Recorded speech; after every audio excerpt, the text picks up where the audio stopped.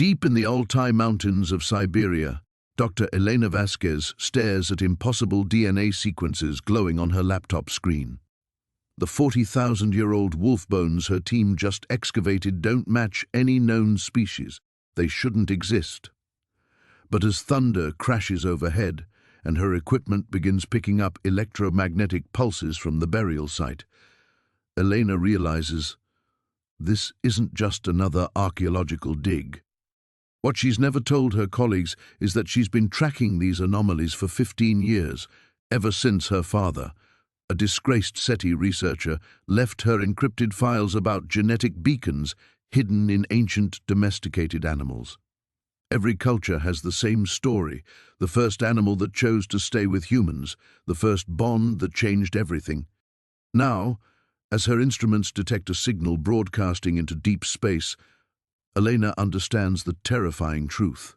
We didn't domesticate animals. Something used them to domesticate us. And after 40 millennia of silence, something is finally answering back. Elena's hands tremble as she saves the data, her breath forming clouds in the frigid air of the excavation tent.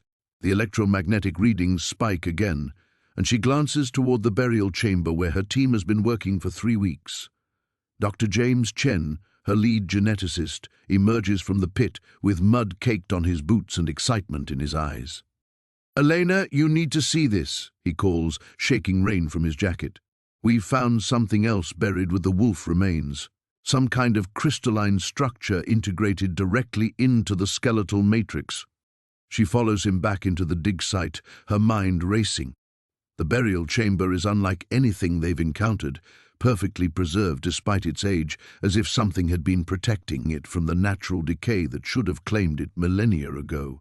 The wolf skeleton lies in an almost ceremonial position, surrounded by primitive human tools and what appear to be the first crude collars ever fashioned. But it's the crystal formations James mentioned that make Elena's blood run cold.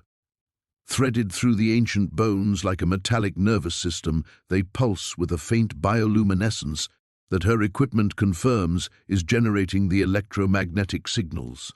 "Have you run spectral analysis on those formations?" Elena asks, trying to keep her voice steady. That's the strange part. The crystalline structure contains elements that shouldn't exist in this configuration naturally. It's almost as if they were engineered. Elena's father's words echo in her memory. "Look for the patterns, Mija. The genetic markers that appear in every domesticated species but make no evolutionary sense. They're not random mutations. They're instructions." She kneels beside the ancient remains, noting how the wolf's skull shows clear morphological changes consistent with domestication. The shortened snout, the retained juvenile characteristics that made early dogs appealing to human caregivers. But there are other modifications, subtle ones that wouldn't be apparent to most researchers. The frontal cortex is enlarged beyond anything seen in wild wolves. The neural pathways suggest enhanced cognitive functions specifically related to interspecies communication. And strangest of all, there are receptor sites in the brain tissue that correspond to no known neurotransmitters. "James, I need you to run a comparative analysis against the genetic database in my personal files. Section 7, subsection Delta. The encrypted ones? Elena, you know I've been asking about those for months. Just do it." Her tone cuts off his protest. While he works, Elena steps outside the tent and pulls out her satellite phone. The number she dials hasn't been used in over a year, but she knows Dr. Sarah Okafor will answer. Sarah was her father's last graduate student before his academic exile, and the only other person who believed his theories about humanity's true origins. "Elena?" Sarah's voice crackles through the static. "Please tell me you're not calling about another one of your father's wild goose chases." "Sarah, I'm sending you genetic sequences and electromagnetic data from a site in Siberia. I need you to compare them against the database Dad left us." A pause. "You found something, didn't you?" Before Elena can answer, James calls out from inside the tent, his voice tight with disbelief.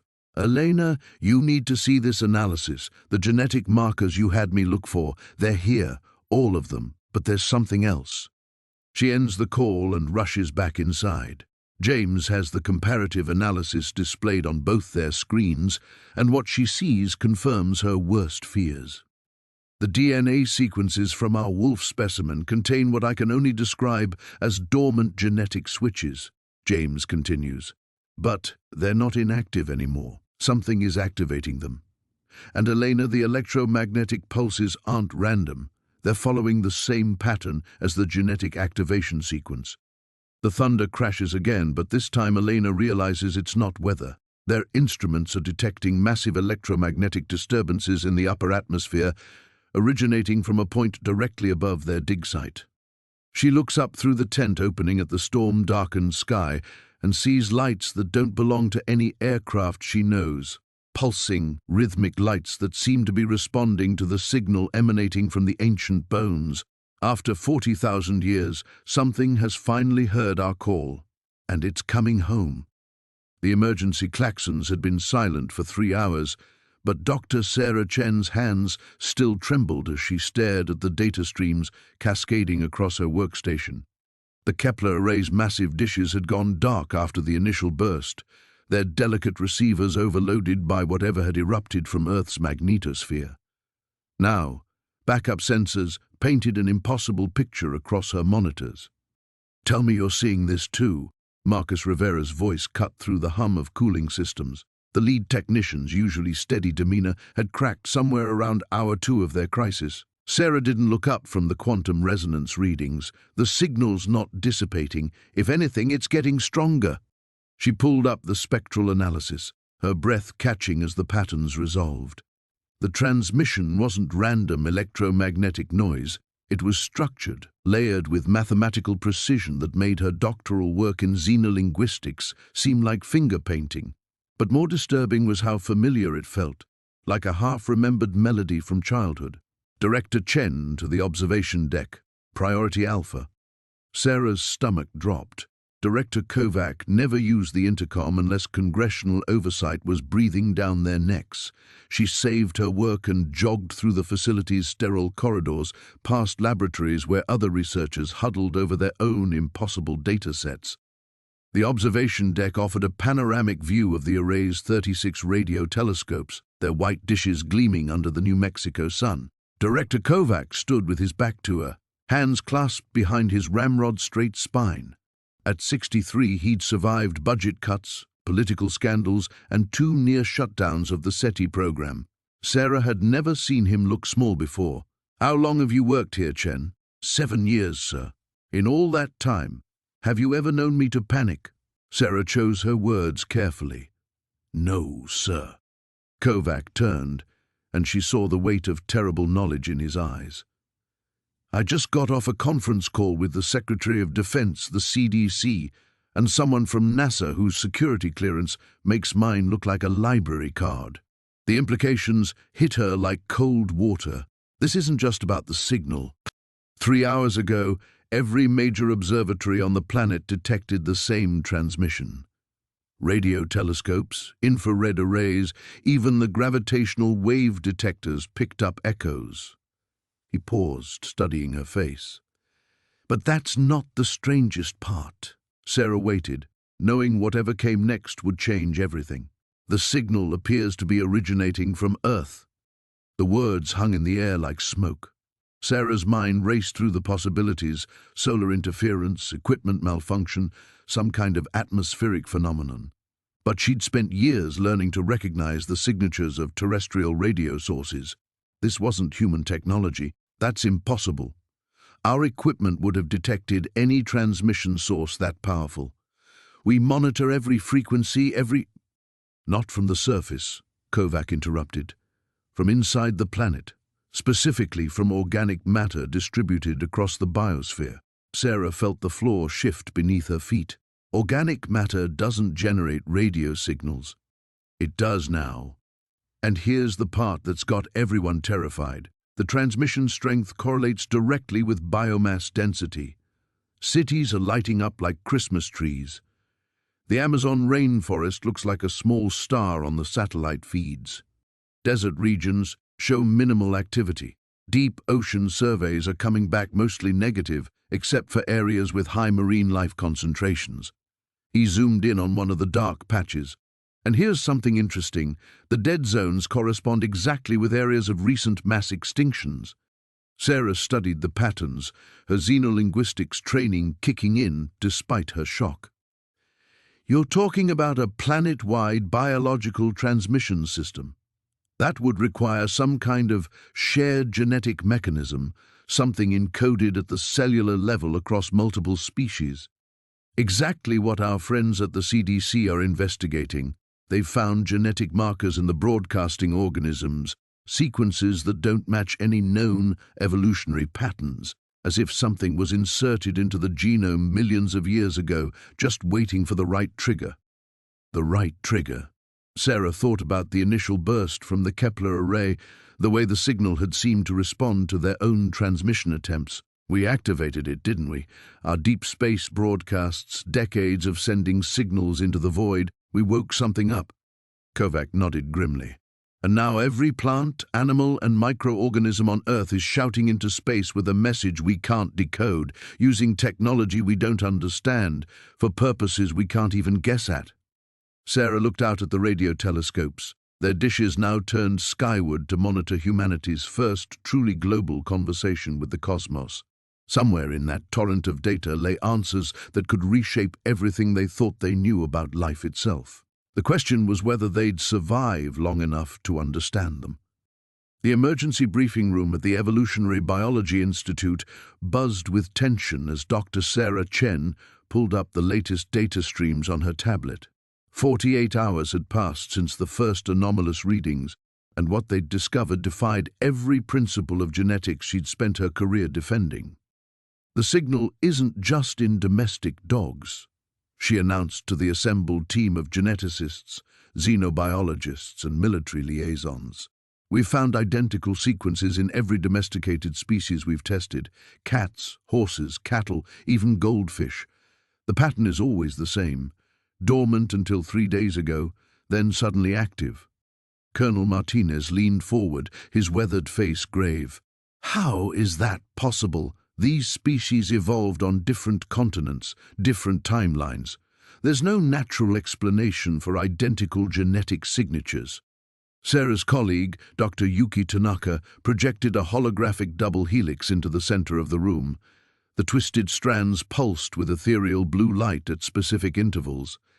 That's because it's not natural, Colonel. Look at the mathematical precision of these sequences. The spacing, the repetition patterns. They're artificial. Engineered. By whom? The question came from Dr. Rebecca Walsh, the Institute's director, whose usual composure had cracked sometime during the sleepless nights that followed Luna's first transmission. We're still analyzing that, Sarah said, though her mind kept circling back to an impossible conclusion. But there's something else. We've detected similar dormant sequences in human DNA, not active yet, but structurally identical to what we're seeing in the animals. The room fell silent except for the low hum of computers processing terabytes of genetic data. Sarah watched the faces around her, seeing her own fears reflected in their expressions. The implications were staggering. Dr. Tanaka cleared his throat. There's more. The signal appears to be communicating outward. We've detected quantum entanglement markers, suggesting the information is being transmitted beyond Earth's atmosphere. To where? Colonel Martinez's hand moved unconsciously toward his sidearm. Unknown. But the energy signature is consistent with faster-than-light communication protocols we've only theorized about. Sarah thought about Luna, now confined to a specialized containment facility 50 miles away. The dog's transformation continued to accelerate. Enhanced problem-solving abilities, apparent precognitive responses to stimuli, and most disturbing of all, attempts to communicate in mathematical patterns that shouldn't exist in any terrestrial species. We need to consider the possibility, Sarah said carefully, that the domestication of animals wasn't entirely our doing. What if something guided that process? What if the bond between humans and animals was designed? The silence stretched until Dr. Walsh spoke. You're suggesting alien intervention in human evolution? I'm suggesting we look at the evidence without bias. Sarah activated another display, showing archaeological timelines. Domestic dogs appeared roughly 30,000 years ago, coinciding with a dramatic acceleration in human cognitive development. Cave art, tool sophistication, social organization, everything that makes us distinctly human emerged during the same period we formed our first animal partnerships. Colonel Martinez stood abruptly. Dr. Chen, I need you to understand the security implications of what you're describing. If this signal is alerting some extraterrestrial intelligence to our location, to our capabilities, then we need answers, not paranoia, Sarah shot back. Shutting down research won't make this disappear. Her tablet chimed with an incoming priority message from the containment facility. The sender ID made her blood run cold. Dr. James Porter, the animal behaviorist assigned to Luna's case. Luna's missing, she read aloud, her voice barely above a whisper. Containment breach 20 minutes ago. Security footage shows her opening the electronic locks from the inside. The room erupted in urgent voices, but Sarah barely heard them. She was thinking about the mathematical patterns Luna had been creating, the way the dog's eyes seemed to track things that weren't there, the subtle wrongness that had begun manifesting in every domesticated animal they'd studied. Her tablet chimed again. This time, it was a direct communication from the satellite monitoring array, massive energy spike detected at the breach site, unknown technology signature. Dr. Tanaka was already pulling up tracking data. Sarah, look at this. The quantum entanglement markers. They're not random. They're converging on specific coordinates. The holographic display shifted to show a three-dimensional map dotted with pulsing lights. Each light represented an active signal transmission, and they were all moving in the same direction. Sarah traced the convergence point with her finger, her mouth going dry as she recognized the location. The Arecibo radio telescope site in Puerto Rico. They're all heading for Arecibo. Colonel Martinez was already on his comm unit, barking orders for immediate military mobilization. But Sarah knew they were already too late. Whatever had been sleeping in Earth's genetic code for millennia was finally waking up, and humanity's oldest companions were leading the way to a rendezvous 30,000 years in the making. The bond that had lifted humans above mere animals might be about to reveal its true purpose and its true creators. Dr. Sarah Chen's hands trembled as she stared at the cascading data streams flowing across her laboratory's main display. 3 days had passed since Max's extraordinary episode, and the readings only grew more impossible with each passing hour. The neural patterns weren't just anomalous, they were broadcasting on frequencies that shouldn't exist in organic tissue. Run the DNA comparison again, she commanded the lab's AI system, her voice hoarse from lack of sleep. Comparison complete. Genetic variance from baseline canine genome, 0.003%. All changes localized to previously classified junk DNA sequences. Sarah rubbed her burning eyes. The so-called junk DNA, those mysterious stretches of genetic material that served no apparent function, had been quietly rewriting itself in Max's cells. But the changes followed patterns too precise to be random, too complex to be natural mutation.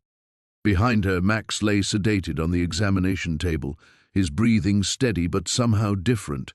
Even unconscious, faint electromagnetic readings pulsed from his cranium in rhythmic waves.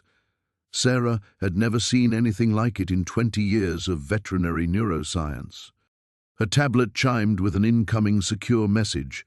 Dr. Elena Rodriguez, her former mentor at the Institute for Advanced Biological Studies, had finally responded to Sarah's encrypted data package. Sarah, what you've sent is either the discovery of the century or an elaborate hoax. The signal patterns match theoretical models for non-terrestrial communication protocols. We need to talk, in person, now. I'm sending coordinates. Tell no one else about this. Elena. Sarah's blood chilled. Elena Rodriguez was brilliant, cautious, and completely immune to flights of fancy. If she believed the data warranted immediate attention, then Sarah's worst fears were being confirmed.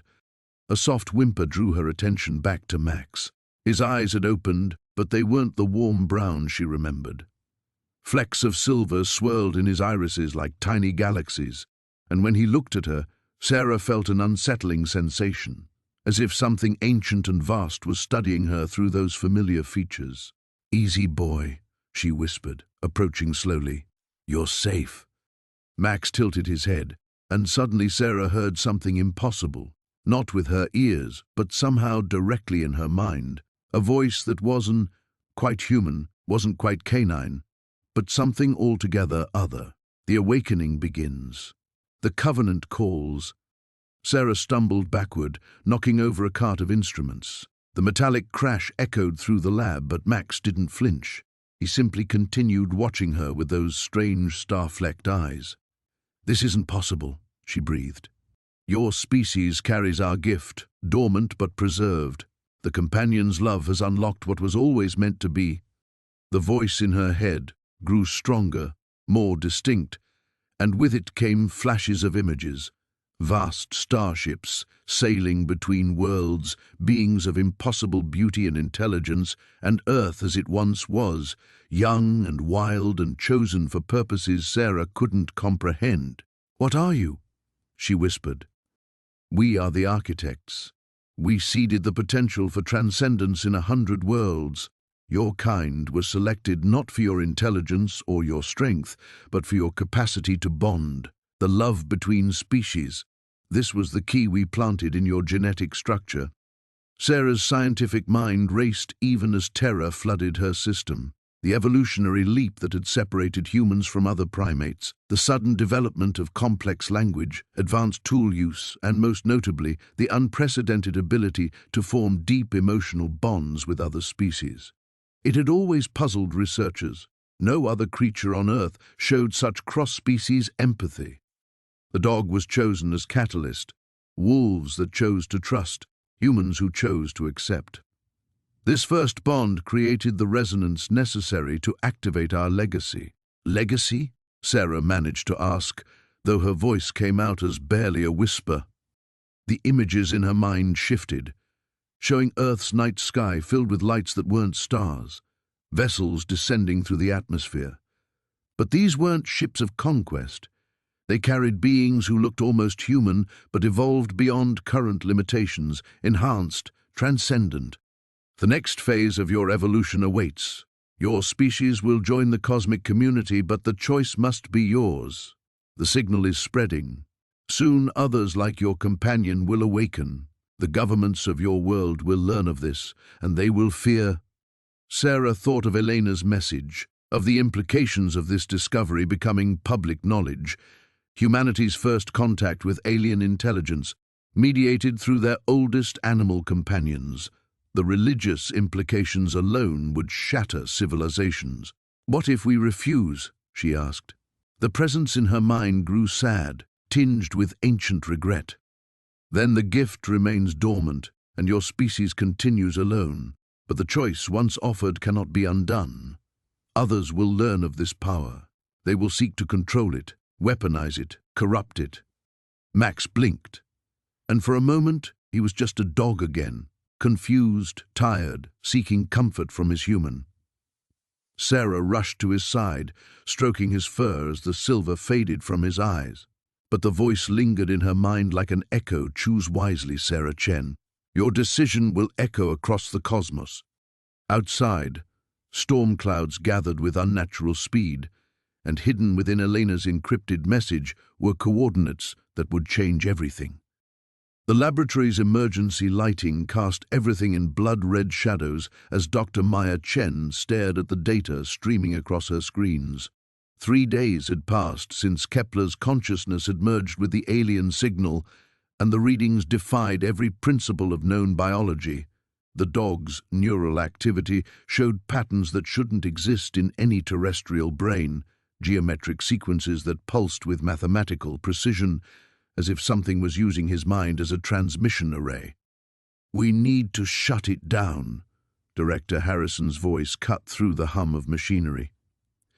He stood behind Maya, his reflection ghost-like in the monitor's glow. The interference is spreading beyond the facility. SETI stations worldwide are picking up fragments. Maya's fingers hesitated over the isolation controls. Through the observation window, Kepler lay motionless in his containment unit, electrodes mapping the storm of alien thought coursing through his synapses. His eyes had changed, still brown, still recognizably canine, but now they held depths that seemed to stretch beyond the confines of the room. "If we sever the connection now, we might kill him," she said, though they both knew that wasn't her real concern. The signal carried something unprecedented, a message that had waited millions of years to find a receiver capable of understanding it. Every instinct she possessed as a scientist screamed against destroying that link. Harrison moved to stand beside her, his weathered face grim.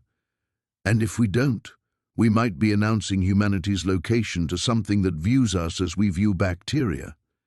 The signal's intensity has increased by 400% since initial contact. Whatever's on the other end knows we're here now." The main display flickered, showing a new cascade of data from the Deep Space Monitoring Array.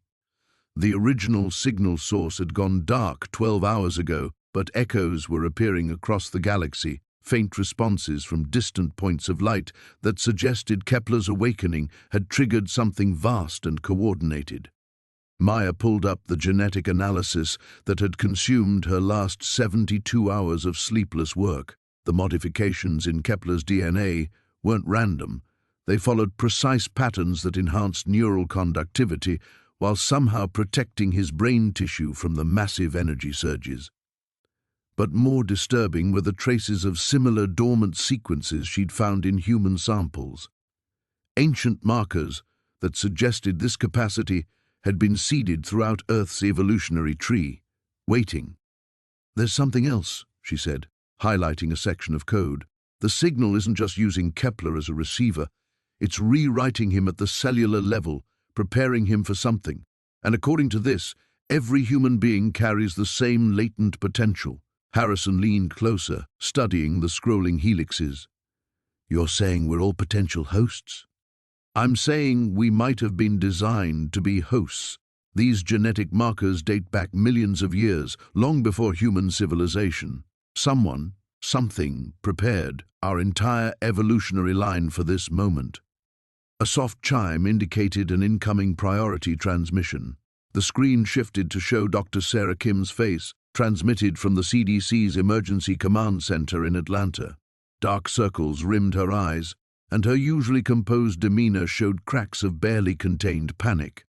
"Maya, we have a problem. Hospitals across the country are reporting cases of spontaneous neural enhancement in patients with traumatic brain injuries, enhanced pattern recognition, mathematical abilities, language acquisition, all in people who've never had contact with your facility." Maya felt ice form in her stomach. "How many cases?" 47 confirmed, but the number's doubling every 8 hours. And Maya, they're all pet owners. Every single one had close contact with dogs or cats in the weeks before their injuries. The implication hit like a physical blow. The signal wasn't confined to Kepler. It was spreading through the bonds between humans and their animal companions, using pathways carved by millions of years of evolution. The very relationship that had shaped human civilization was becoming a vector for transformation. Harrison grabbed the communication panel. "Dr. Kim, what's the current recommendation from your team?" Sarah's image wavered as the transmission struggled through increasing electromagnetic interference. "Isolation protocols for all affected individuals. But Maya, you need to see something. The enhanced patients, they're not random. They're forming networks, communicating in ways we don't understand, and they all keep asking the same question, which is, when will the teachers return?"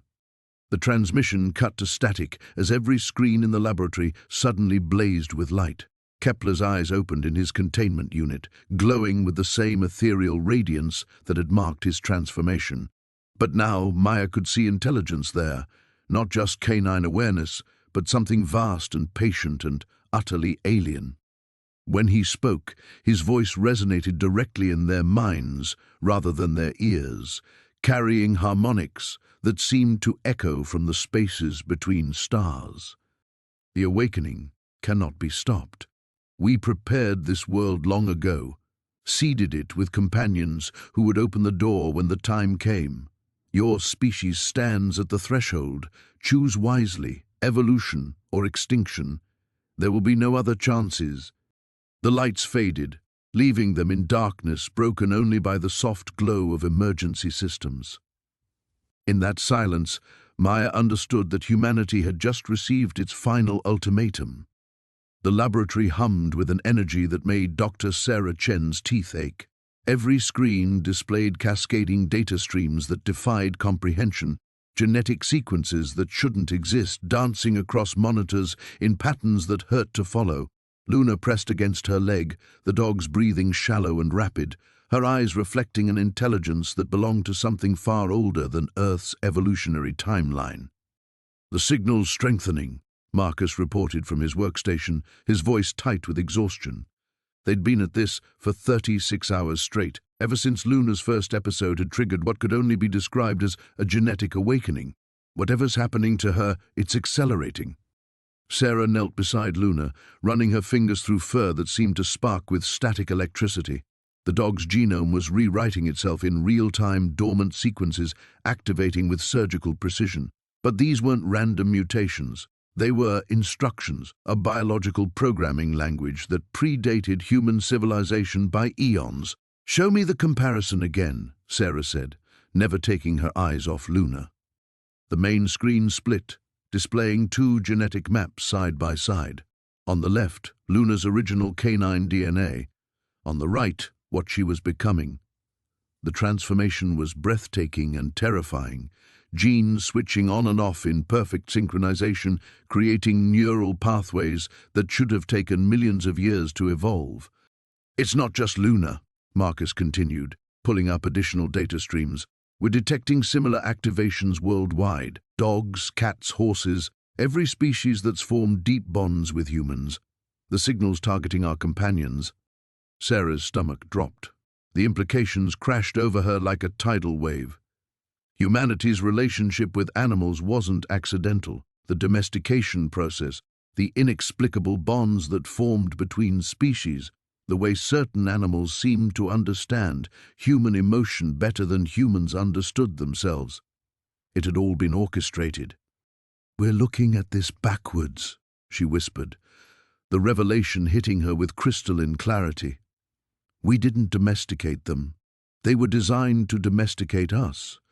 Luna's head lifted, and for a moment, Sarah saw something vast and ancient looking back at her through those familiar brown eyes. The dog's mouth opened, and instead of a bark, a sound emerged that was almost linguistic, complex modulations that Sarah's mind tried desperately to parse as language. "Did you record that?" Sarah asked urgently. Marcus's fingers flew across his keyboard, already analyzing. "Sarah, the frequency patterns match theoretical models for interspecies communication protocols. This isn't just evolution, it's activation of existing technology.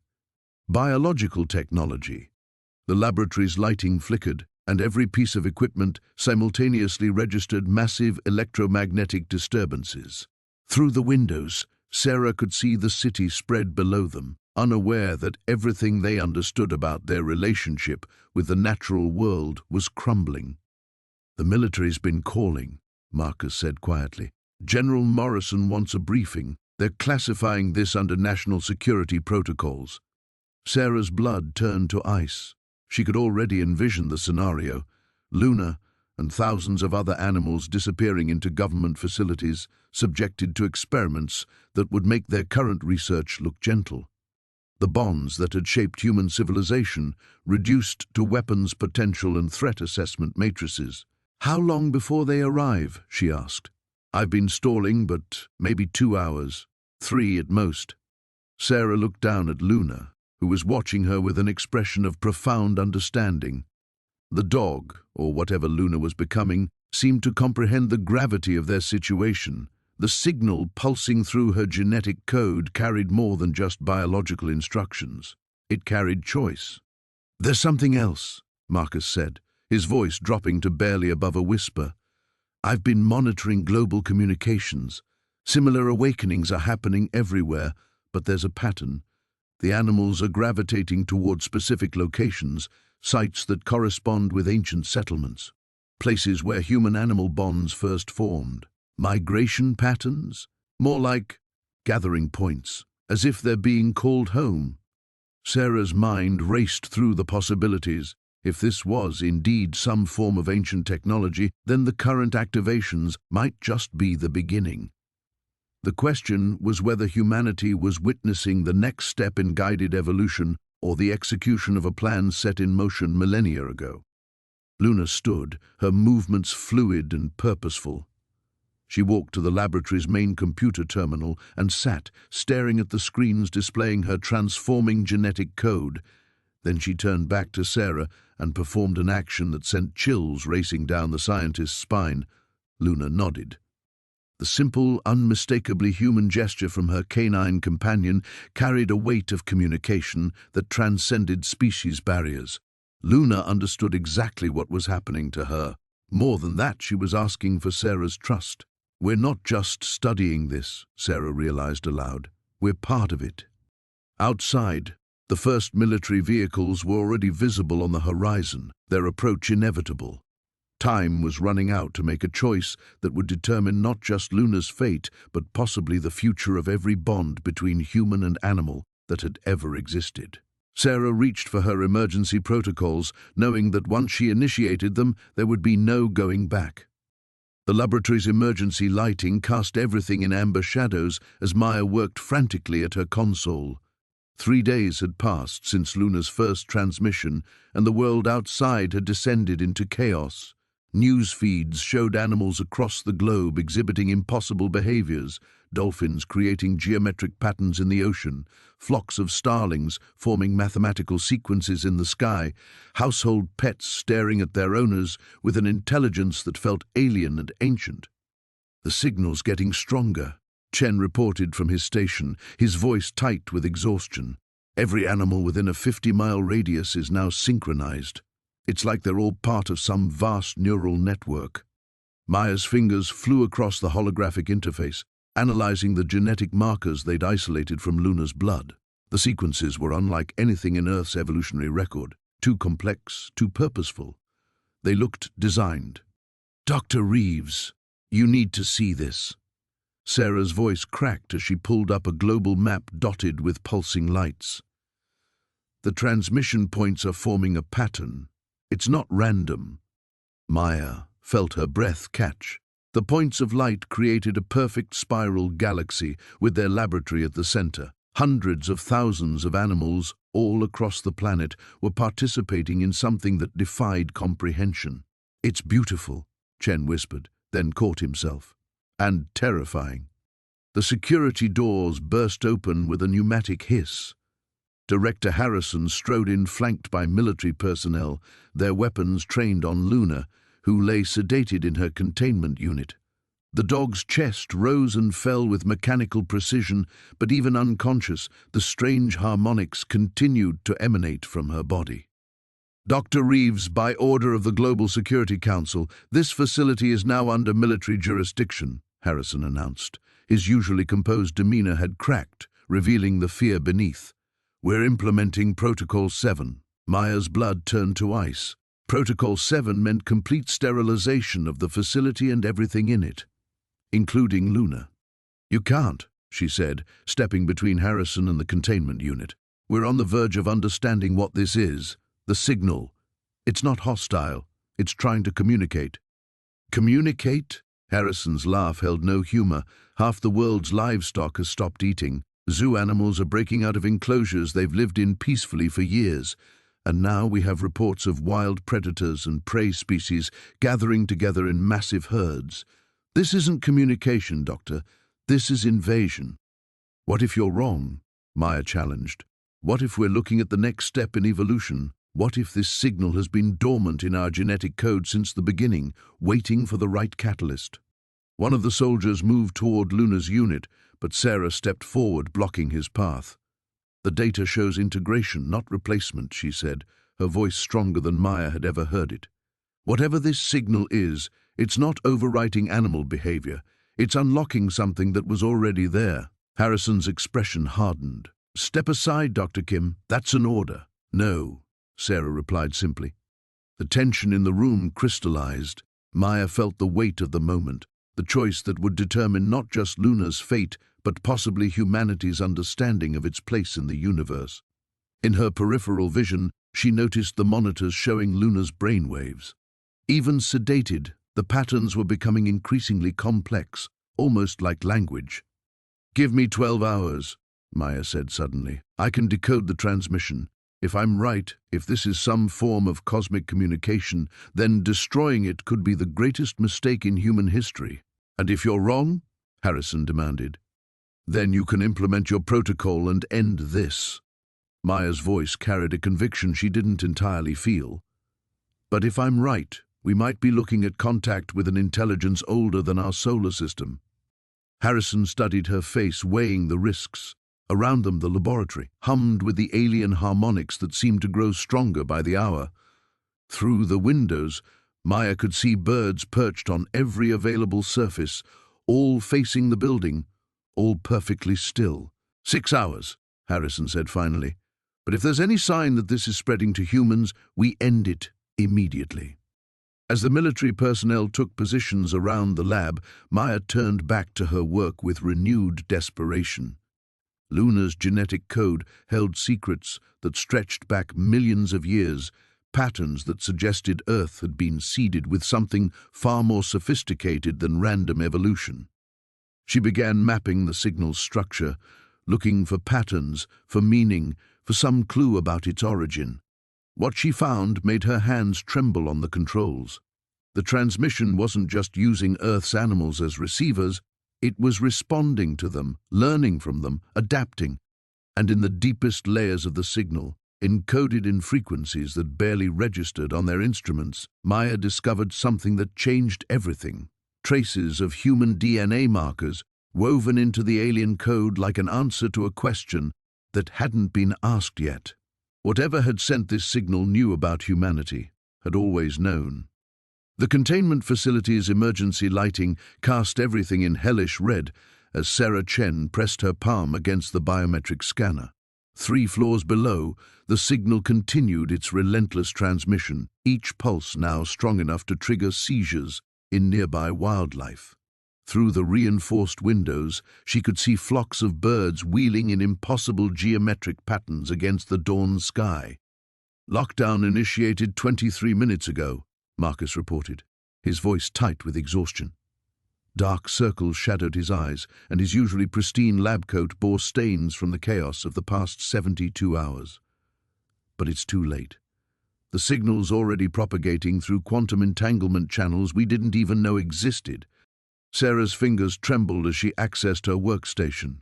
The data scrolled past in streams of incomprehensible complexity, genetic sequences that defied known biology, mathematical proofs that hurt to contemplate, star charts mapping civilizations that had died before Earth's sun was born. Somewhere in that maelstrom of information lay the key to understanding what they'd unleashed. "Where's Luna?" she asked, though part of her dreaded the answer. Marcus gestured toward the observation deck. Through the glass, Sarah could see her golden retriever lying motionless on a specially designed platform, electrodes monitoring her brain activity. The display showed patterns Sarah had never seen before, neural networks firing in sequences that resembled circuit diagrams more than organic thought. "She's been like that for 6 hours, Marcus continued. "Her consciousness appears to be elsewhere, navigating data structures that exist in higher dimensional space. We're recording everything, but the mathematics involved..." He shrugged helplessly. "It's like watching someone solve equations that won't be discovered for another 1,000 years. A new voice crackled through the intercom. "Dr. Chen, we need you in the analysis lab immediately." It was Director Hawkins, and the barely controlled panic in his tone sent ice through Sarah's veins. She'd never heard the man sound anything less than completely composed. They found him hunched over a holographic display showing a 3-dimensional map of the solar system. Red indicators pulsed at regular intervals throughout the asteroid belt, and more were appearing even as they watched. The signal isn't just transmitting outward, Hawkins explained without preamble. It's receiving responses. Automated probes, dormant for millions of years, are coming online. They're changing course toward Earth. Sarah studied the trajectories. How many? 47 so far. And these are just the ones we can detect. Hawkins manipulated the display, zooming in on the nearest probe. The image resolved into something that looked like a crystalline flower made of dark matter, its petals slowly rotating around a core that seemed to bend light itself. They're using propulsion systems that operate outside our understanding of physics. At current rate of acceleration, the first ones will reach Earth orbit in 18 months. What do they want? Marcus whispered. That's the question, isn't it? Sarah moved closer to the display, her mind racing through possibilities. Each one seemed worse than the last. Luna's neural patterns suggest she's interfacing with some kind of vast network. Maybe these probes are part of it. A communication system spanning the galaxy. Or a control system, Hawkins added grimly. We've detected similar signals emerging from the genetic code of other species, not just on Earth. Radio telescopes are picking up transmissions from systems up to 50 light-years away. Whatever this is, it's activating simultaneously across multiple worlds. Sarah felt the weight of realization settling on her shoulders like a lead blanket. The bond between humans and dogs, that unique relationship that had defined their species for thousands of years, wasn't an accident of evolution. It was a trigger, carefully designed by intelligence that operated on timescales measured in geological epochs. We have to consider the possibility, she said slowly, that humanity's development wasn't natural, that we were guided, shaped for a specific purpose. The silence that followed was broken only by the hum of machinery and the distant sound of Luna's breathing through the intercom. On the screens around them, data continued to cascade in patterns that suggested vast, alien intentions coming to fruition. Marcus cleared his throat. There's something else. The quantum analysis of Luna's brainwaves shows her consciousness has expanded beyond the physical boundaries of her neural tissue. She's become a node in whatever network these signals represent. And the process appears to be irreversible. Sarah closed her eyes, feeling the full weight of the choice that lay before them. They could try to sever the connection, potentially saving humanity but losing any chance of understanding the cosmic forces at work. Or they could allow the process to continue, knowing it might fundamentally alter what it meant to be human. Outside, the alien probes continued their inexorable journey toward Earth, carrying with them the answers to questions humanity wasn't sure it wanted to ask. And in the depths of the facility, Luna dreamed dreams that spanned galaxies, her consciousness serving as a bridge between two very different kinds of intelligence. The next decision would determine not just the fate of their species, but their place in a universe far stranger and more interconnected than anyone had dared imagine. The laboratory hummed with an energy that made Sarah's teeth ache. Banks of quantum processors lined the walls, their cooling systems working overtime as they processed the vast streams of genetic data flowing through the facility's networks. She pressed her palm against the glass partition, watching the automated sequencers work with mechanical precision on samples that had arrived from collection sites across 6 continents. The pattern is accelerating, Dr. Chen said behind her, his voice tight with exhaustion. He'd been here for 3 straight days, surviving on coffee and the kind of manic determination that comes from knowing the world might end while you sleep. We're seeing activation in species we didn't even know carried the dormant sequences. Sarah turned from the window. The main display showed a world map peppered with thousands of red dots, each representing a confirmed case of what the media had dubbed genetic awakening. The official term was more clinical, spontaneous DNA restructuring triggered by an unknown signal, but it captured the same impossible reality. Life on Earth was changing, and they still didn't understand why. How many today? She asked. 47 new species confirmed. Everything from Arctic foxes to deep-sea tube worms. The signal isn't just reaching surface animals anymore, it's penetrating the ocean trenches, ice sheets, cave systems. Anywhere life exists, this thing is finding it. The data streams shifted on the secondary monitors, showing real-time genetic analysis from the latest samples. Sarah recognized some of the base patterns now, the alien architectural frameworks that were being written into terrestrial DNA. Each species was being modified differently, but there were underlying similarities that suggested a grand design she couldn't yet comprehend. "What about Max?" she asked quietly. Chen's expression softened. "Stable, but the changes are continuing. His neural development is off the charts. We're seeing synaptic density increases that should be impossible. And his genome..." He pulled up a separate display showing the dog's latest genetic scan. It's like watching evolution compressed into days instead of millennia. Through the laboratory's internal camera feeds, Sarah could see Max in his specially designed habitat. He sat perfectly still, staring at something only he could perceive. The monitoring equipment showed elevated theta wave activity, the kind associated with deep meditation or prophetic dreaming. His transformation had been the first, the catalyst that had somehow triggered the global cascade. Her companion, her friend, had become patient zero in humanity's most profound crisis. "Director Walsh wants another briefing in 20 minutes, Chen continued. "The UN Security Council is demanding answers we don't have, and the Chinese are threatening to withdraw from the information-sharing agreement." Sarah nodded absently. Politics felt irrelevant when faced with something this vast. The signal wasn't just changing individual animals, it was rewriting the fundamental relationships between species. Predators were ignoring prey. Migratory patterns were shifting toward geometric configurations that resembled circuit diagrams when viewed from orbit. Even plant growth was being affected, with forests growing in spiraling patterns that seemed to serve some unknown purpose. Her tablet chimed with an incoming message from the field team in Antarctica. The text was brief but alarming. Biological readings beneath Ross Ice Shelf suggest massive organism activation, requesting immediate extraction. "Chen, look at this." He leaned over her shoulder, reading the message. His face went pale. "That's impossible. The ice there is thousands of feet thick. Nothing could survive." "Nothing terrestrial," Sarah interrupted. "But what if the signal isn't just modifying Earth life?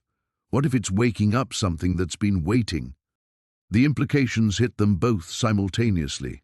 If there were alien organisms buried in Earth's ice, organisms that had been dormant until the signal activated them, then humanity was facing more than genetic modification. They were looking at potential first contact with an intelligence that had been here far longer than human civilization.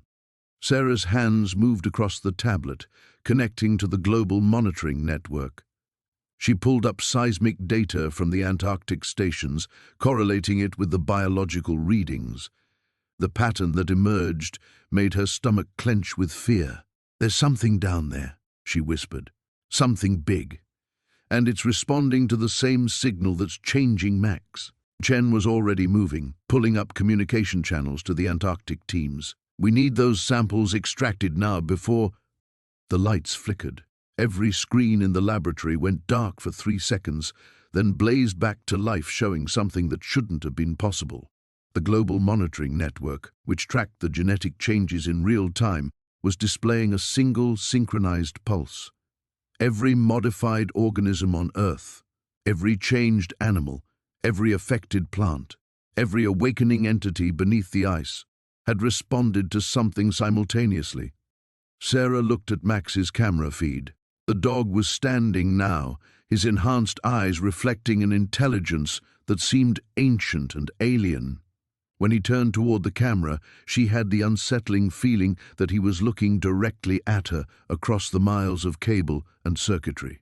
His mouth opened, and though there was no audio feed, she could read his lips forming a single word: "Choose."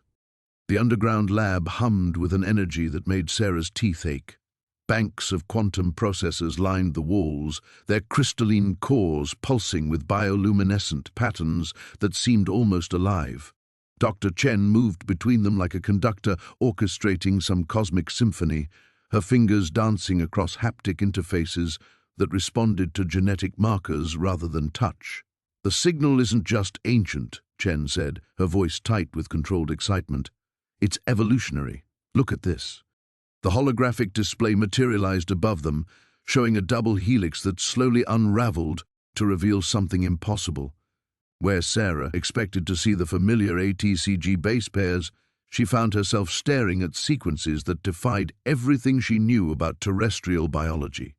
"These aren't mutations," Chen continued. "They're instructions, dormant code waiting for activation." She gestured, and the display zoomed in on a specific segment. "This section here, it's identical across every species that's ever formed a symbiotic bond with humans. Dogs, cats, horses, even dolphins." Sarah felt Echo's weight against her leg, the golden retriever's breathing synchronizing with her own heartbeat. Since the signal had awakened, their connection had deepened beyond anything she'd experienced. She could feel Echo's emotions as her own, sense the dog's perception of electromagnetic fields that remained invisible to human senses. "What kind of instructions?" Sarah asked, though part of her already knew the answer would change everything. Chen's expression darkened. "Terraforming protocols, genetic templates for atmospheric modification, behavioral programming designed to guide species evolution along specific pathways." She paused, letting the implications sink in. "Earth hasn't been evolving naturally, Sarah. We've been cultivated." The lab's emergency lighting suddenly bathed everything in red as Director Morrison's voice crackled through the comm system. "Code 7 lockdown initiated. All personnel remain in position." Sarah moved to the reinforced window overlooking the valley below. Military vehicles surrounded the facility, their searchlights cutting through the pre-dawn darkness. But it wasn't the human presence that made her blood run cold. It was what she saw beyond them. Animals were converging on the facility from every direction, not attacking, not fleeing, but moving with purpose that transcended their individual species. Deer walked alongside coyotes. Ravens perched on the backs of bears. Domestic pets slipped through the military cordon as if following some irresistible call. "They're responding to the signal," Chen whispered, joining Sarah at the window. "The activation is spreading." Echo whined softly, her amber eyes reflecting patterns that matched the quantum processes. Through their bond, Sarah felt the dog's awareness expanding, touching something vast and patient that had waited eons for this moment. "Chen, if this is terraforming, what's the endgame?" Before Chen could answer, the lab's main display activated on its own. The image that appeared made Sarah step back involuntarily. It showed Earth as seen from space, but not as she'd ever seen it before. Vast geometric patterns covered the continents, formed by the movement of countless species. From orbit, the planet looked like a living circuit board, with animal migration routes serving as pathways for some incomprehensible intelligence. "The companion bonds weren't evolution," Chen said quietly. "They were recruitment."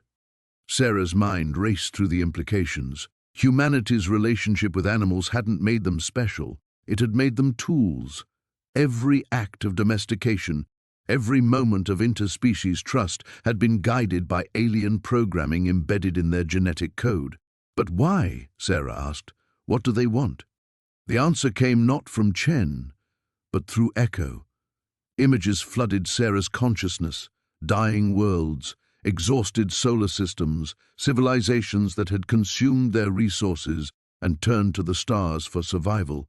She saw vast networks of cultivated worlds, each one guided toward symbiosis through carefully orchestrated evolutionary pressure. "They're gardeners," Sarah breathed. "And we're the harvest." Chen nodded grimly. "The signal isn't just awakening dormant code in animals, it's preparing them, and us, for collection." Outside, the military had stopped advancing. Sarah could see soldiers standing motionless beside their vehicles, their canine units having formed a protective circle around them. The boundary between human and animal will was dissolving as the signal strengthened. "How long do we have?" Sarah asked. "Based on the signal's propagation rate," Chen checked her displays. 48 hours before global saturation. After that, every bonded species on Earth will be operating under alien protocols. Sarah knelt beside Echo, running her fingers through the dog's golden fur. The retriever's eyes held an intelligence that was no longer entirely canine. Through their bond, Sarah sensed vast networks of consciousness awakening across the planet, preparing for something that would fundamentally alter the nature of life on Earth. "There has to be a way to stop it," Sarah said. Chen's silence spoke volumes. The quantum processors pulsed brighter, their bioluminescent patterns now perfectly synchronized with Echo's breathing. Whatever was coming had been planned for millennia, and humanity's greatest strength, their capacity for love and trust with other species, had become their ultimate vulnerability. Sarah stood slowly, her decision crystallizing. She wouldn't let Earth become another node in an alien cultivation network, but stopping it might mean severing the bonds that made humanity who they were. The price of freedom might be losing their souls. The metallic hum of the containment field filled the observation chamber as Dr. Sarah Chen pressed her palm against the reinforced glass. Inside the sterile white room, Luna paced in tight circles, her golden fur now bearing strange geometric patterns that seemed to shift and flow like living circuitry. The dog's eyes had taken on an otherworldly luminescence, pupils dilated to black voids that reflected depths Sarah couldn't begin to fathom. "The neural activity is off the charts," Dr. Martinez reported from his bank of monitors, voice tight with barely controlled panic. "Whatever's happening to her, it's accelerating." Sarah watched her beloved companion, the first dog she'd successfully awakened using the ancient genetic sequences, transform into something alien. The patterns on Luna's fur pulsed in rhythm, with readings that spiked across every sensor in the facility. Each pulse sent electromagnetic waves through the complex, causing lights to flicker and computers to glitch. "Ma'am, we're receiving reports from monitoring stations worldwide," came a voice from the communications array. "Animals everywhere are beginning to show similar manifestations. Domestic dogs, wolves, even some of the great apes we've been studying. The signal is propagating faster than our models predicted." Sarah's throat constricted.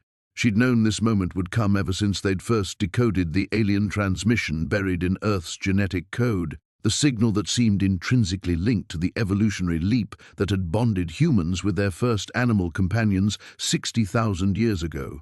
But knowing and witnessing were vastly different experiences. "Director, we need to make a decision." General Morrison's voice cut through the ambient noise as he entered the observation deck, his expression grim. Behind him trailed Dr. Elizabeth Hawthorne, the lead xenobiologist whose theories about the signal's true purpose had proven disturbingly accurate. "The military satellites are picking up massive energy signatures from deep space," Morrison continued. "Whatever Luna and the others are broadcasting to, it's starting to answer back. Our best estimates give us maybe 18 hours before first contact." Dr. Hawthorne stepped forward, her weathered face drawn with exhaustion. "Sarah, I've run the projections again. If we don't sever the connection now, permanently, we're looking at complete species transformation within a matter of days. The signal isn't just communication, it's a catalyst for forced evolution." Inside the containment chamber, Luna suddenly stopped pacing and turned toward the observation window. Her glowing eyes locked onto Sarah's, and for a moment Sarah could swear she saw recognition there, not just the faithful companion she'd known, but something vast and ancient awakening behind those familiar features. The dog opened her mouth, and instead of a bark, a sound emerged that was pure harmony. Complex mathematical frequencies that made the reinforced glass vibrate and sent shivers down Sarah's spine. The translation software they'd developed weeks ago began parsing the acoustic patterns, displaying words that made Sarah's blood run cold. "Coming home. The cycle completes. As it was written in your bones." "Jesus Christ," Martinez whispered, his fingers flying over his console. "The genetic markers we've been tracking.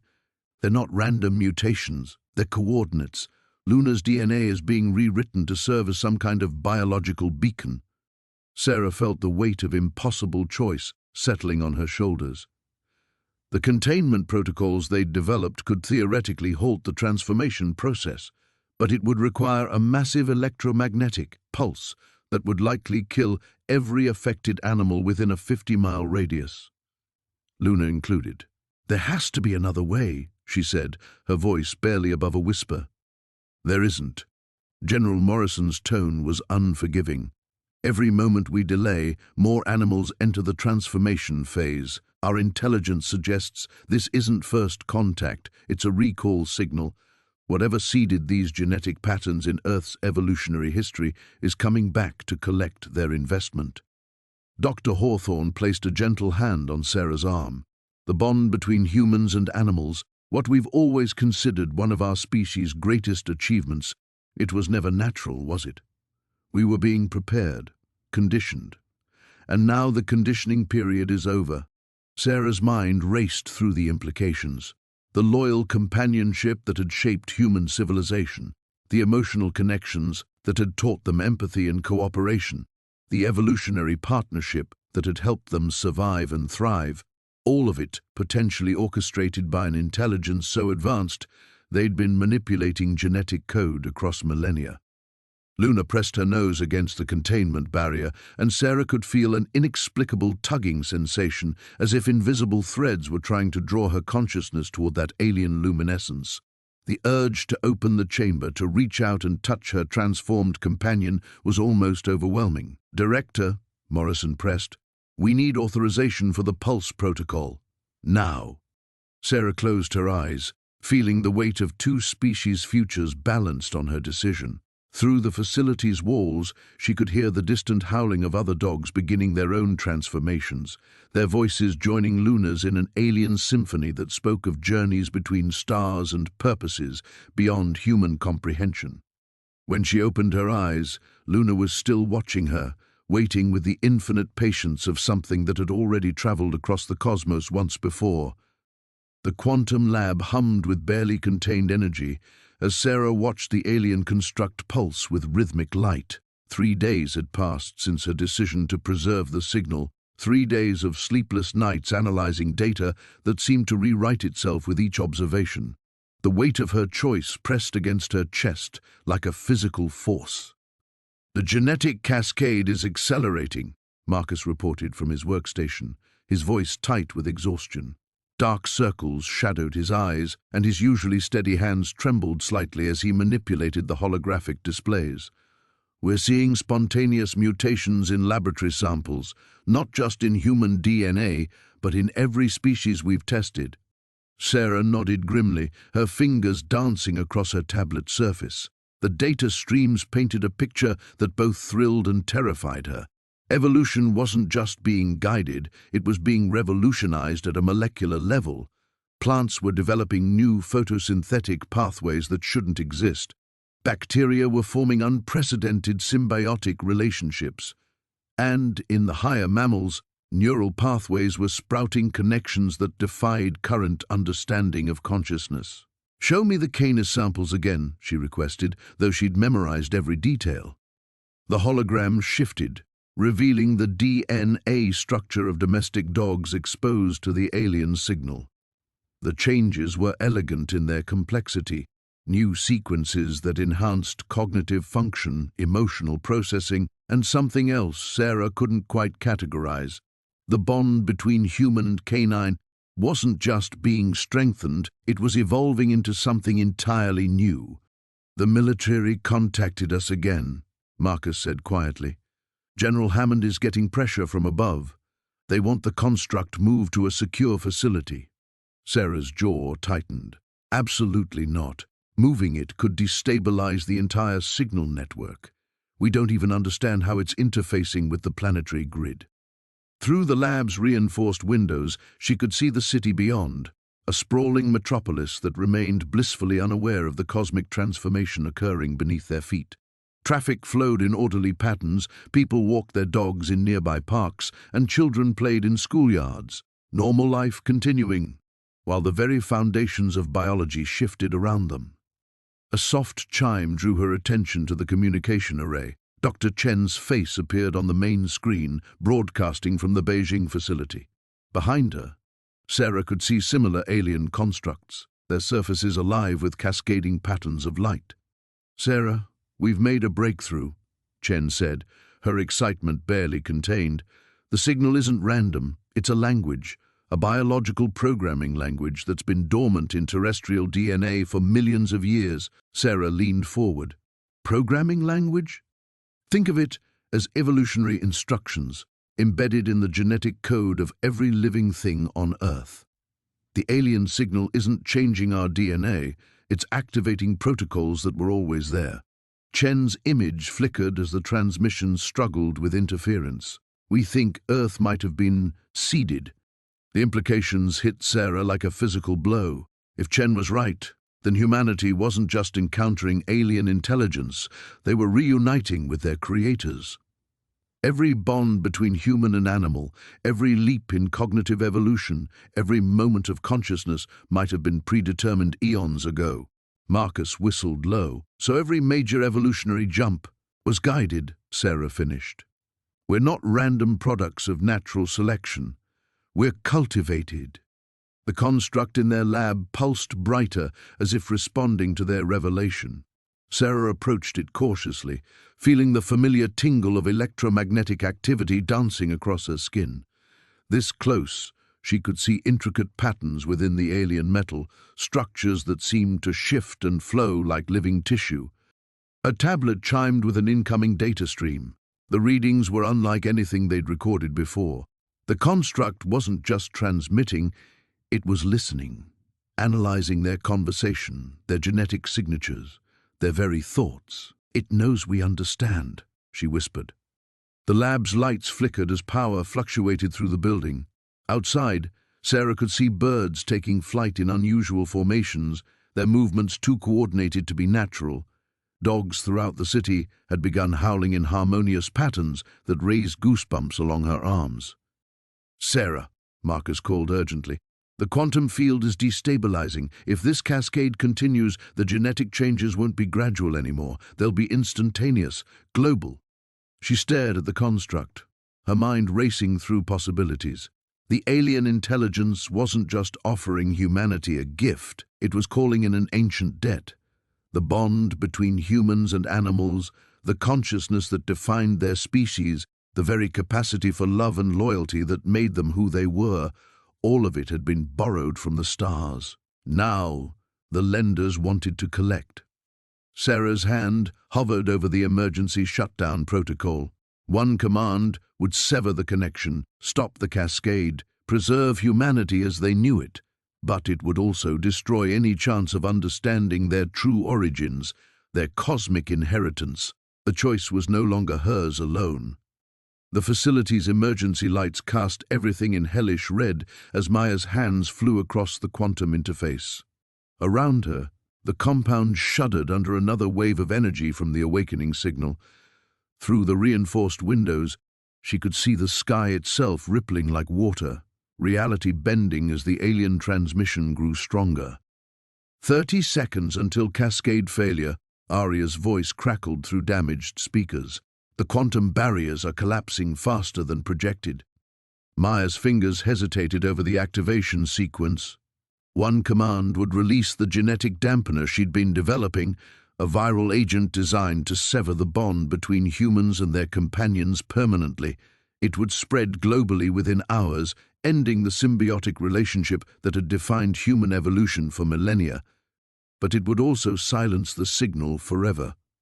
Behind her, she heard the soft padding of paws on metal flooring. Luna appeared at her side, the wolf's golden eyes reflecting the emergency lighting. Even now, with reality fracturing around them, Maya felt that familiar warmth of their connection. Luna's presence steadied her racing heart, offered comfort in the chaos. "I know, girl," Maya whispered, her hand finding Luna's neck. "I know what this means." Through their bond, she felt Luna's understanding. The wolf had always known this moment would come, the choice between love and survival. Maya's throat tightened as memories flooded through her, Luna as a pup, the first tentative connection forming between them, the years of perfect partnership. All of it would end with a single keystroke. The building groaned again, and Maya heard shouts from the evacuation teams outside. Dr. Chen's voice echoed through the comm system, reporting massive seismic activity across the globe. The other awakened pairs were experiencing the same phenomenon. The signal was using their bonds as amplification nodes, preparing for something unprecedented. Maya pulled up the global monitoring feed on her secondary screen. Satellite imagery showed energy cascades erupting at every major population center, but it wasn't random destruction. There was a pattern. The signal was rewriting the electromagnetic field around Earth, creating a massive transmission array using the planet itself. "It's trying to call them home," she breathed, understanding flooding through her. "The original species. It's been waiting all this time for enough human-animal pairs to awaken the dormant code." Luna pressed closer, and Maya felt a flood of images through their connection. Not memories, but something deeper. Genetic memories encoded in the symbiotic bond itself. She saw Earth as it had been millions of years ago, visited by beings of pure consciousness who had seeded the planet with their genetic markers.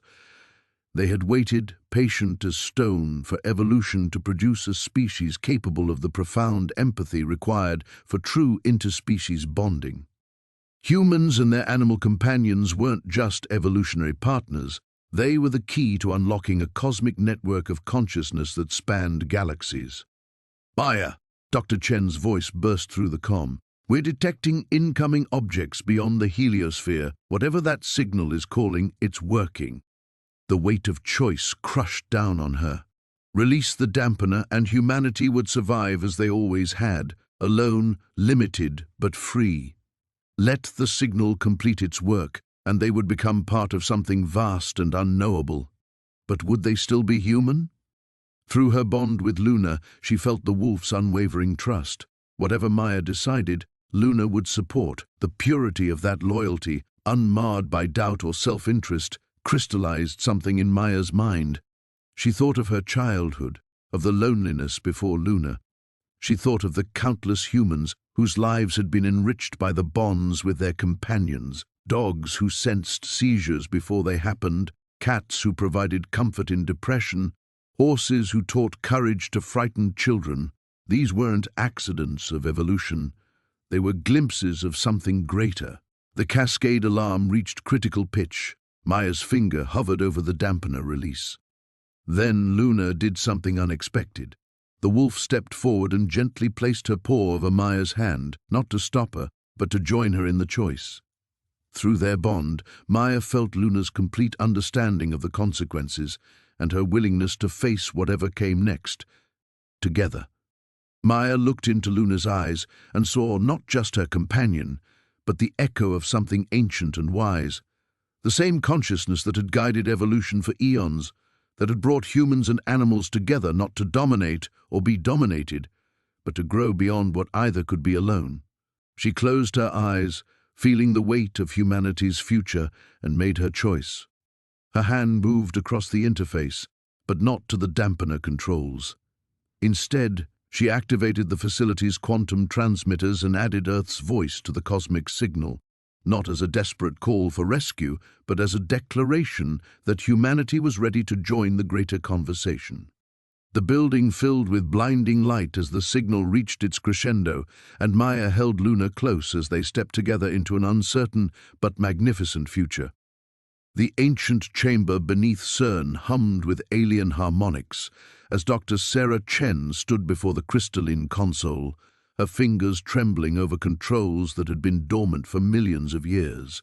The architect's technology pulsed with bioluminescent patterns that seemed to respond to her thoughts, to her very presence.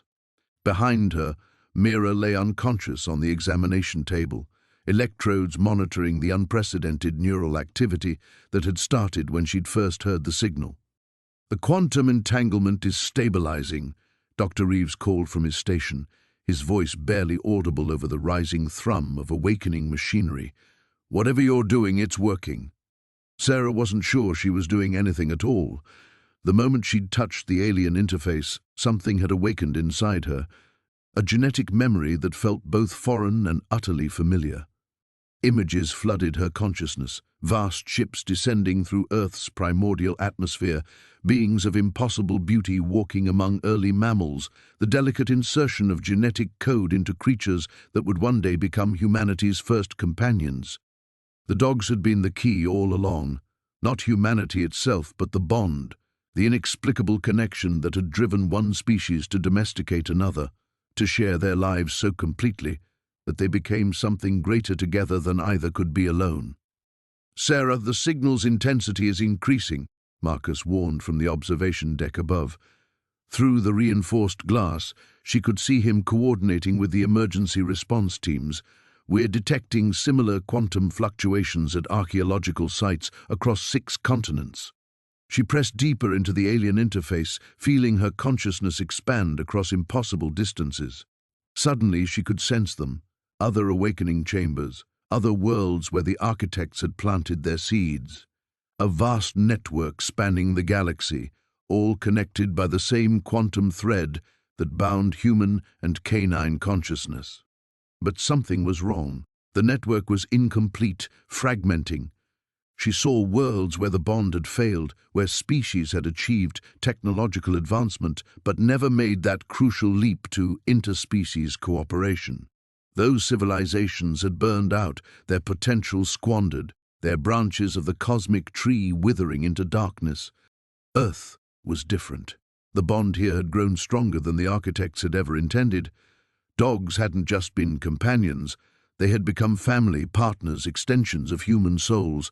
That depth of connection had accelerated human development beyond all projections, but it had also made the species dangerous. "Dr. Chen." The voice belonged to Colonel Hayes, who'd arrived with a full military escort. "Step away from the device. We have orders to secure this facility."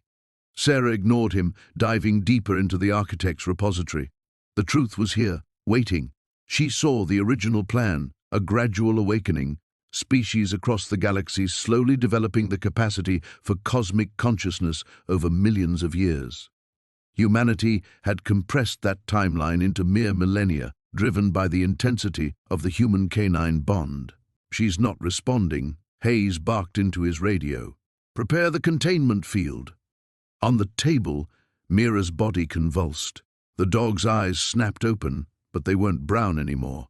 They glowed with the same bioluminescent patterns that covered the chamber walls. When she looked at Sarah, her gaze held an intelligence that transcended anything purely canine. Through their bond, Sarah felt Mira's consciousness expand, touching the vast network that connected all architect-touched species. Together, they experienced the cosmic perspective the aliens had intended. Billions of worlds, countless forms of life, all part of an intricate web of consciousness that spanned the universe. But they also felt its fragility. The network was failing, dying as species after species failed to achieve the necessary bond. Earth might be the last hope, but humanity's accelerated development had made them unpredictable. Some architect factions wanted to quarantine the planet, to let humanity burn itself out before it could contaminate the network with its chaotic evolution. Others saw potential. The human-canine bond had created something unprecedented, a hybrid consciousness that was both fiercely individual and deeply communal, capable of both devastating war and transcendent cooperation. The choice was now hers. Sarah could feel the quantum switches arrayed before her, each one representing a different path forward. She could sever Earth's connection to the network, preserving both species but condemning them to cosmic isolation. She could complete the awakening, joining humanity to the galactic community, but risking the destruction of everything the architects had built over millions of years. Or she could choose the third path, the one the architects had never anticipated. "Sarah." Mira's voice echoed in her mind, no longer purely canine, but something entirely new. "We can rewrite it, all of it, make the bond stronger, not just between our species, but between all consciousness." The chamber's harmonics reached a crescendo as Sarah felt the weight of cosmic evolution balanced on her decision. Colonel Hayes was shouting orders. Dr. Reeves was calling out warnings about quantum cascade failures, but all of it faded into background noise. She placed both hands on the central control matrix, feeling Mira's consciousness merge with hers completely. Together they reached for the third path, ready to either save the universe or break it entirely. The underground chamber hummed with an energy that made Maya's teeth ache. Ancient symbols pulsed along the curved walls, their bioluminescent glow casting shifting shadows across the faces of her assembled team. Dr. Chen's fingers flew across his portable scanner, recording everything, while Captain Rodriguez kept her weapon trained on the massive crystalline structure at the chamber's heart. "The signal's strongest here," Chen whispered, his voice barely audible over the thrumming that seemed to emanate from the very stones. Whatever awakened when Luna made contact with the original artifact, this is where it's been building toward. Maya approached the crystal formation slowly, Luna padding beside her with unusual caution. The wolf's ears were flattened against her skull, and a low whine escaped her throat. Through their bond, Maya felt Luna's confusion and fear, emotions that mirrored her own uncertainty about what they'd discovered beneath the Siberian permafrost. "The genetic markers we found in the ice cores," Maya said, running her hand along the smooth crystal surface. "They're not random mutations. They're instructions." The moment her palm made contact, the chamber erupted in light. Holographic displays materialized in the air around them, showing star charts, DNA helixes, and something that looked disturbingly like evolutionary timelines stretching back millions of years. But these weren't Earth's evolutionary paths.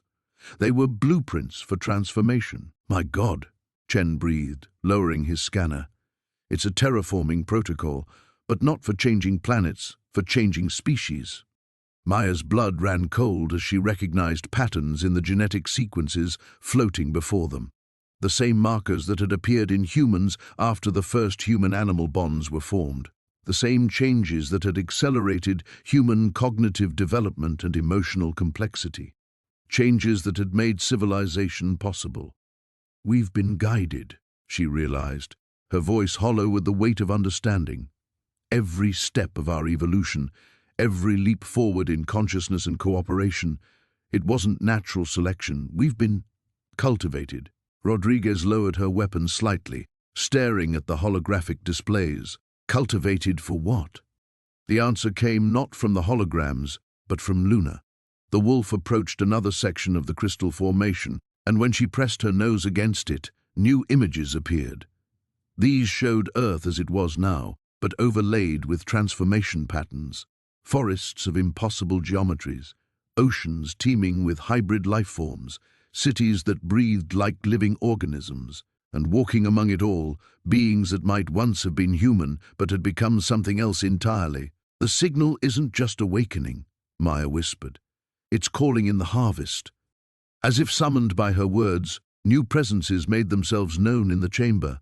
Not physical beings, but consciousness itself. Vast, ancient minds that pressed against the edges of perception like storm fronts, approaching across an endless sky. Through Luna, Maya felt their attention focus on her with crushing intensity. Images flooded her mind, Earth as one world among thousands in a galactic network of cultivated species. Each world guided through its evolutionary development until it reached a critical threshold. Each species eventually absorbed into something larger, their individual consciousness becoming notes in a cosmic symphony of intelligence. "They're gardeners," she gasped, struggling to process the alien concepts flowing through her bond with Luna. "We're their crop, and the animal companions were always meant to be the final catalyst, the emotional bonds, the expanded consciousness. It's preparing us for integration." Chen's face had gone pale. The recent surge in human-animal bonding worldwide, the exponential increase in psychic connections, it's not random, it's the final phase. The alien presences pressed closer, and Maya felt their approval. Through Luna, they offered visions of transcendence. No more war, no more suffering, no more isolation. Humanity would become part of something magnificent and eternal, their consciousness preserved and expanded beyond anything they could achieve alone, but at a cost that made Maya's heart clench with desperate protectiveness.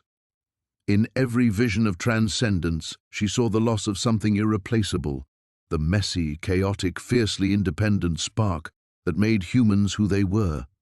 Their flaws and strengths, their individual dreams and fears, all smoothed away in favor of perfect harmony. "There has to be another way," she said aloud, addressing the ancient intelligences directly. "You guided our evolution, but that doesn't mean you own us. We can choose our own path forward." The response came as a wave of something between amusement and pity.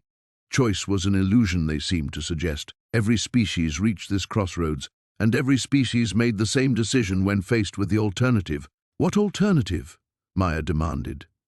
The chamber's light dimmed, and new images appeared. Worlds where species had rejected integration. Planets stripped bare by cosmic forces beyond imagining. Civilizations that had clung to their independence only to face extinction when the galaxy's immune system recognized them as aberrant. Maya looked at Luna, seeing her own reflection in the wolf's intelligent eyes. In 72 hours, the signal would reach full strength. The choice would be made for them if they couldn't find another option. But first, they had to survive the night.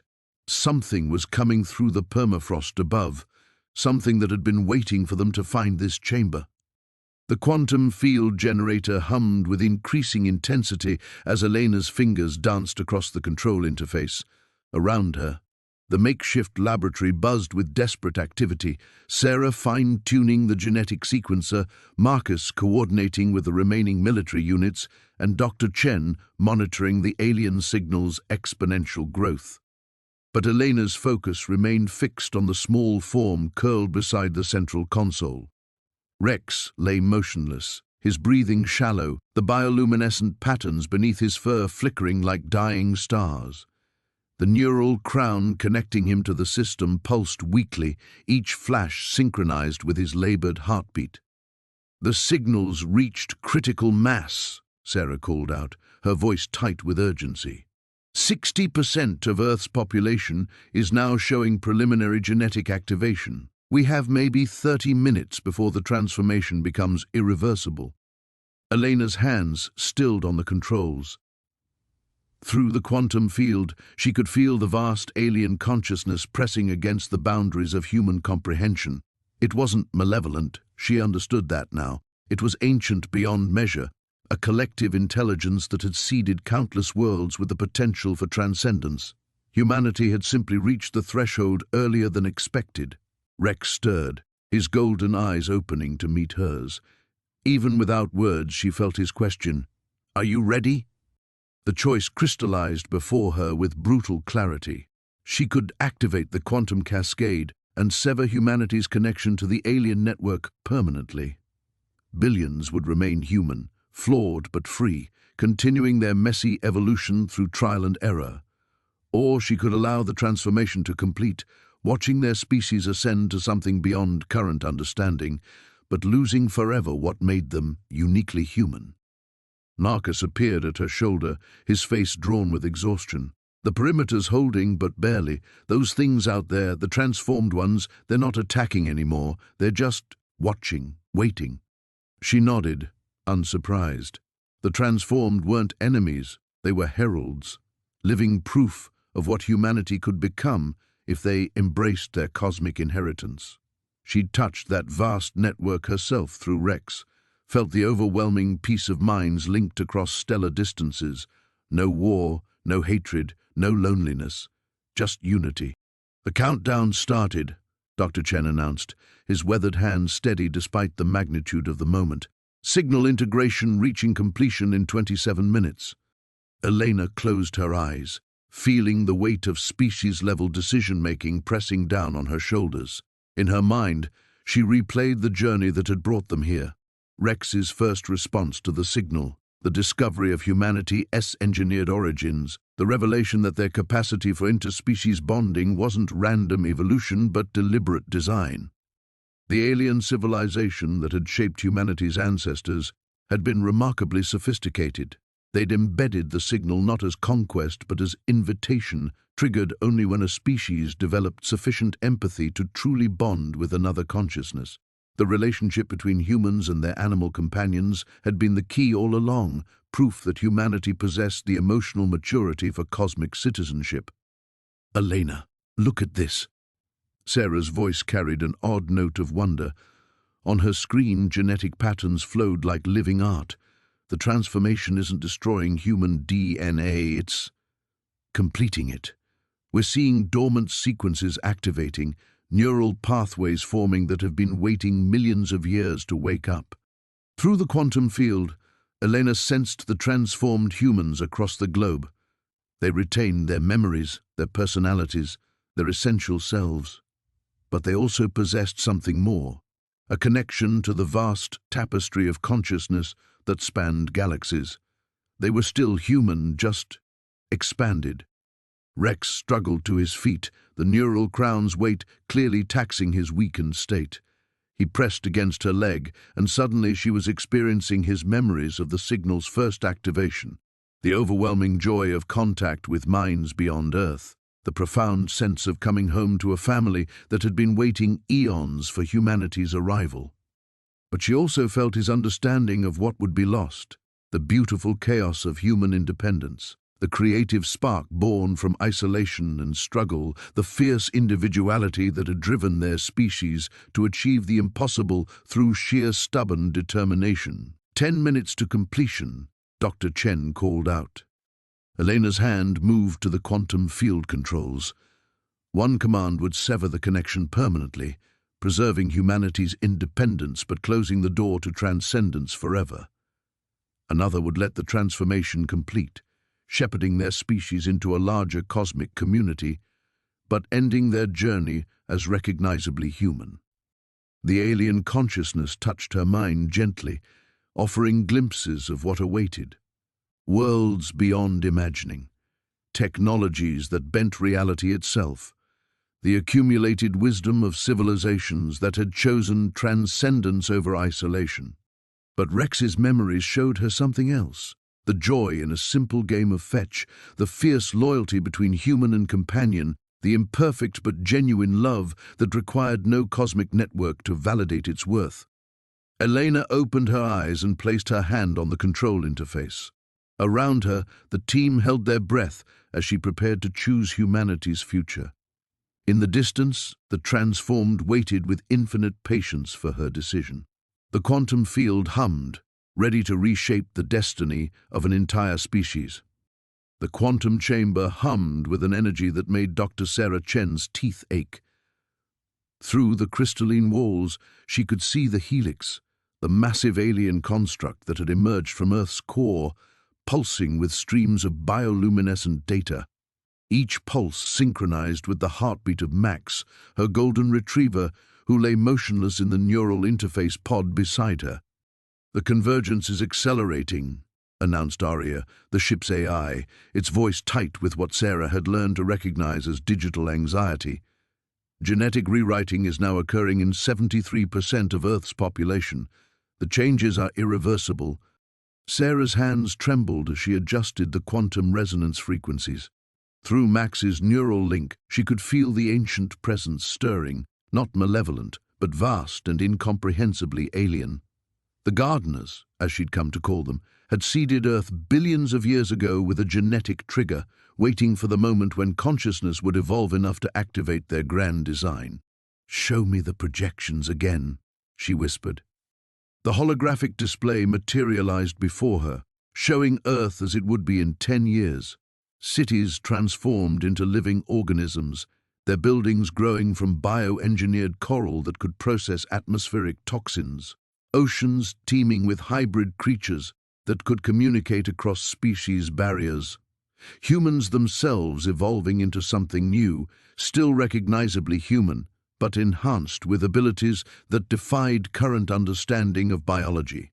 It was beautiful. It was terrifying. It was the end of humanity as she knew it. "Dr. Chen," came Captain Morrison's voice through the comm, "the global governments are demanding an immediate response. The riots in major cities are spreading. People are watching their children develop gill slits and enhanced neural activity. They want answers. Sarah closed her eyes, feeling Max's consciousness brush against hers. Even in his unconscious state, their bond remained strong, the same bond that had inadvertently triggered this cosmic cascade when Max had touched that strange meteorite fragment months ago. The fragment that had turned out to be a dormant gardener seed, waiting for the specific neural resonance that only occurred between humans and their animal companions. "The weapon is charged," reported Lieutenant Torres from the tactical station. "The quantum disruptor can sever the connection between the helix and Earth's biosphere. But Dr. Chen, you need to know. Using it will create a feedback loop through Max's neural link. The surge will kill him," Sarah finished, her voice barely audible. "I know." Through the observation deck windows, she could see the lights of distant cities, each one a constellation of human hopes and dreams. In those cities, millions of people were experiencing the first stages of transformation. Some embraced it, feeling their consciousness expand as dormant genetic switches activated. Others fought it, terrified of losing their essential humanity. She thought of her daughter Emma, safe in the underground bunkers, already showing signs of the change, her eyes occasionally flashing with an inner light, her ability to sense emotions from across a room. Emma was part of the generation that might inherit this new world if Sarah allowed it to continue. "Arya, run the simulation one more time. Show me the alternatives." The AI's processing cores word. Scenario 1, allow the transformation to complete. 96% probability of human survival in altered form. Technological advancement accelerated by approximately 3 centuries.